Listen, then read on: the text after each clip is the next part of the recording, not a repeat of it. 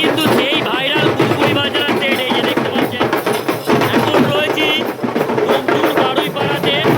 এখানে রয়েছে তমজুরের সব থেকে বড় রক্ষাকালী পুজো।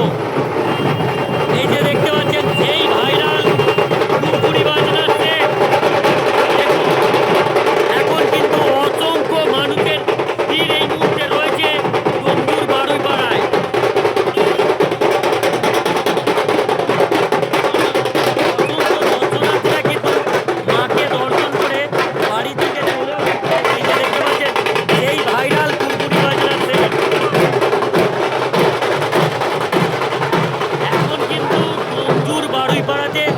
হাজার হাজার দর্শনার্থীদের ভিড় দেখতে পাচ্ছেন।